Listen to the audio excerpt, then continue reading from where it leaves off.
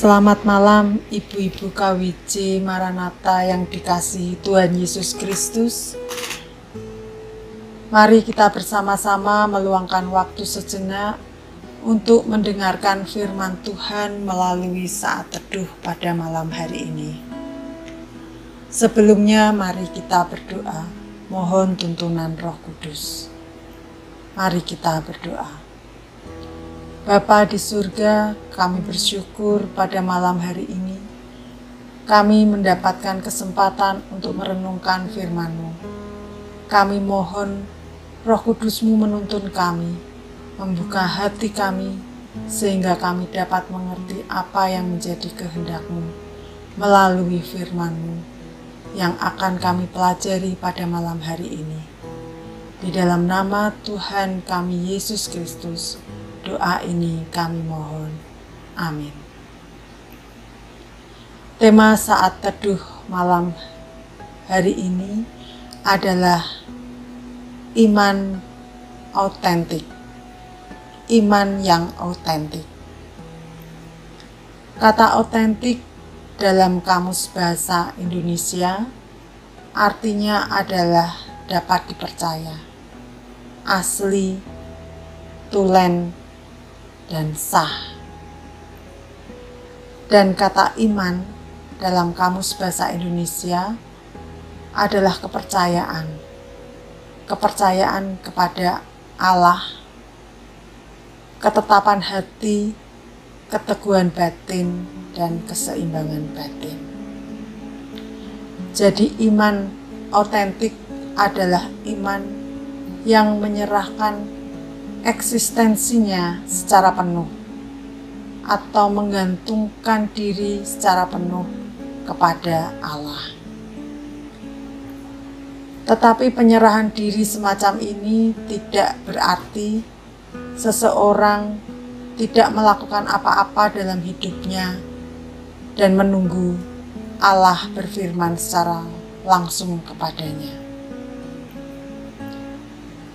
Setiap manusia pastilah berpikir menginginkan kebahagiaan dan berpikir bagaimana mencapai kebahagiaan dapat terwujud dalam hidup dan rumah tangganya.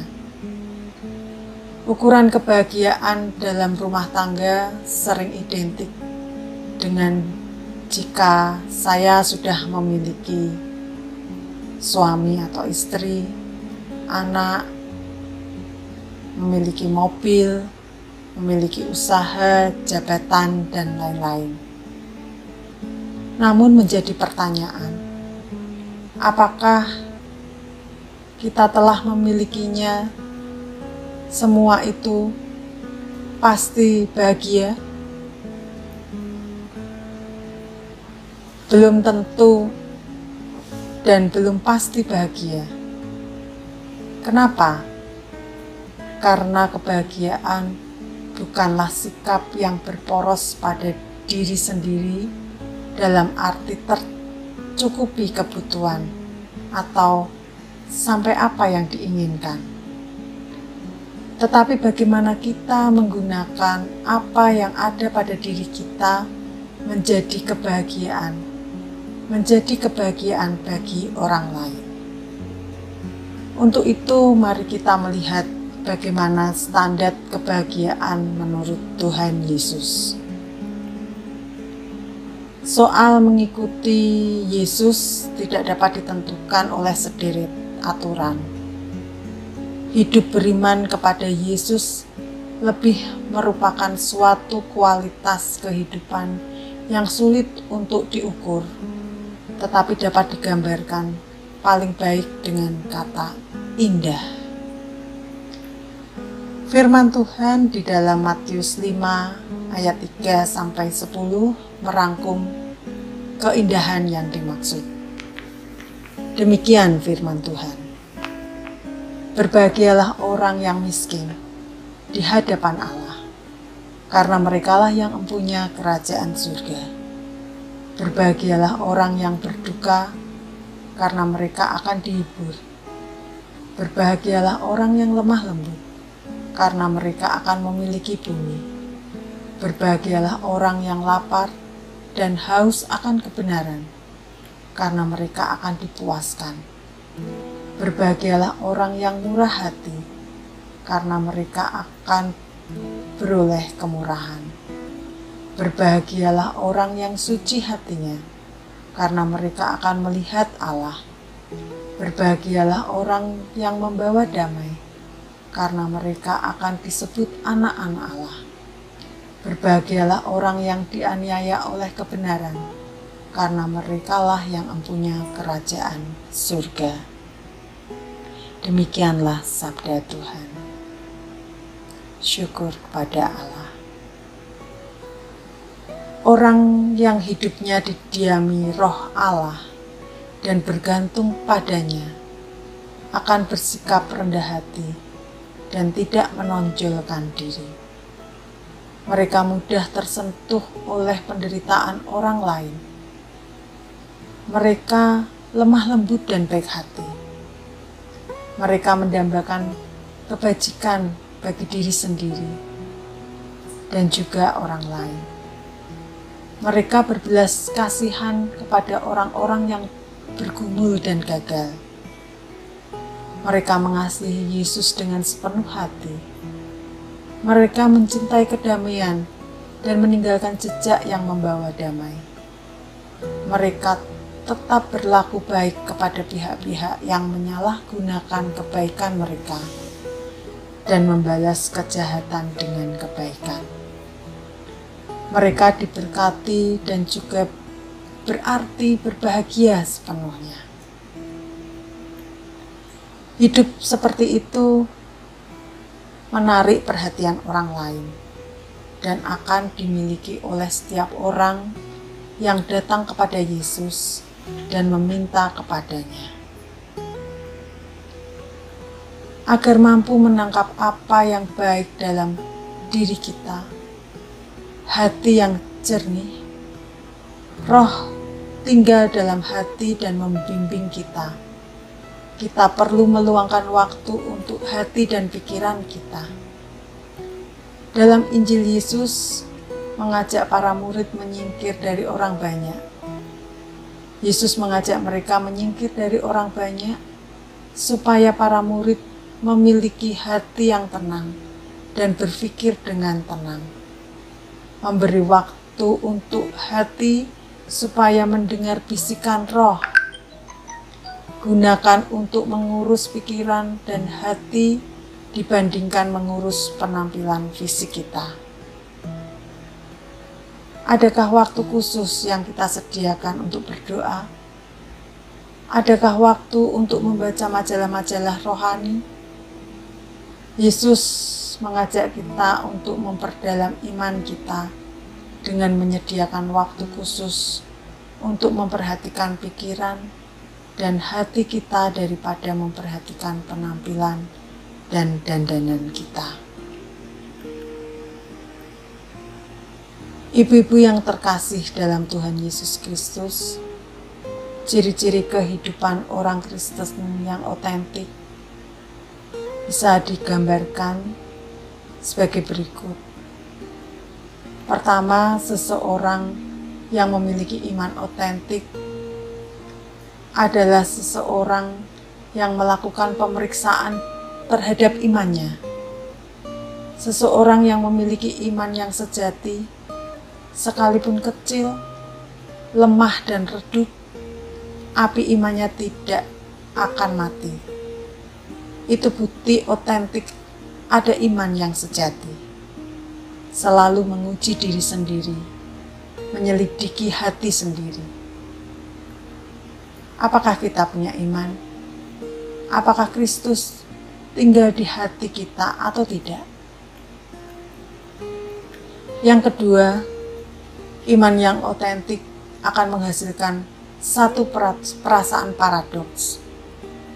Di satu pihak ada perasaan damai sejahtera karena tahu dia aman bersama Tuhan, tetapi sekaligus dia memiliki ketidaknyamanan di dalam hati sebab takut akan kehilangan keselamatan itu. Maka sebagai anak-anak Tuhan, mengevaluasi sehatnya iman kita, coba tanyakan, kalau suatu kali kita dipanggil Tuhan dan bertemu Tuhan, siapkah kita?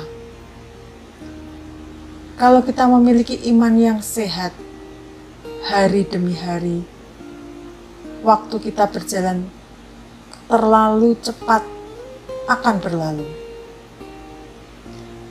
Paulus sudah mengingatkan kepada jemaat, waktu kita tinggal sebentar lagi. Ada satu perasaan paradoks. Di satu pihak kita sudah percaya Yesus, kita aman di dalam Dia. Tetapi di pihak lain ada satu ketakutan, jangan sampai iman kita hilang. Karena sikap itu maka Paulus melatih tubuhnya dengan disiplin rohani. Sikap seperti itu dia melayani dengan sungguh. Dengan sikap seperti itu dia mengutamakan mana yang lebih berarti dan lebih penting di dalam hidupnya. Ini adalah ciri kedua dari seorang yang memiliki iman otentik. Yang ketiga, semakin iman kita bertumbuh, makin kita peka terhadap dosa yang kecil dan sekaligus makin membuat kita sadar bahwa kita adalah orang yang paling berdosa. Sama seperti kalau kita memakai baju putih berjalan menuju cahaya. Dari jauh kita pikir baju kita cukup putih. Semakin dekat kepada cahaya itu, semakin kita tahu baju kita ternyata tidak terlalu putih adanya. Bukan berarti iman kita tidak bertumbuh, tetapi justru ini menyatakan pertumbuhan kita yang paradoks. Semakin kita bertumbuh, semakin kita peka dosa-dosa kecil yang dulu tidak kita sadari. Tetapi sekaligus membuat kita sadar, kita adalah orang yang begitu hina di hadapan Tuhan. Dengan demikian kita akan terus bertumbuh maju. Yang keempat, seseorang yang memiliki iman otentik selalu menyatakan kecintaannya yang makin dalam kepada Kristus. Seseorang yang mencintai Tuhan seperti seseorang yang mencintai pasangannya, semakin terus ingin mengenal dan mencintainya lebih dalam. Dari awal sampai akhir, apakah kita memiliki kasih yang konsisten kepada Tuhan? Iman yang otentik akan bertumbuh dalam kecintaan kepada Kristus. Yang kelima, iman yang sejati walaupun mungkin lemah, tetapi dia akan menghasilkan buah di dalam hidupnya. Iman yang sejati adalah iman yang akan selalu bertumbuh di dalam komunitas. Biar kita saling membangun satu dengan yang lain. Kita mungkin lemah, tetapi bagaimana kita akhirnya bisa dikuatkan, bertumbuh kembali kalau kita tidak pernah membaca firman Tuhan, ditarik kembali oleh Tuhan untuk mendekat kepadanya. Biar hari ini kita dengan tulus dan jujur membawa iman kita di hadapan Tuhan. Kalau iman kita kering dan tidak bertumbuh dengan subur, kita minta kepada Tuhan untuk menyiramnya dengan kehangatan cinta Tuhan. Kalau iman kita bertumbuh namun belum menghasilkan buah, biar kita minta Tuhan memelihara, memupuk dan memangkasnya, supaya iman kita menghasilkan buah-buah yang indah. Amin. Mari kita berdoa. Bapa di surga, kami kembali menghadap kehadirat-Mu mengucap syukur atas firman-Mu pada malam hari ini, di mana Engkau telah mengingatkan kami, supaya kami selalu menjaga iman kami, supaya kami selalu dapat bertumbuh, sehingga bisa menghasilkan buah-buah yang indah. Kami mohon Tuhan selalu menuntun, memelihara dan merawat kami sepanjang hari. Berserah kepadamu ya Bapa. Kami yakin Engkau akan memberikan yang terbaik bagi kami. Terima kasih Bapa. Di dalam nama Tuhan kami Yesus Kristus, doa ini kami mohon. Amin.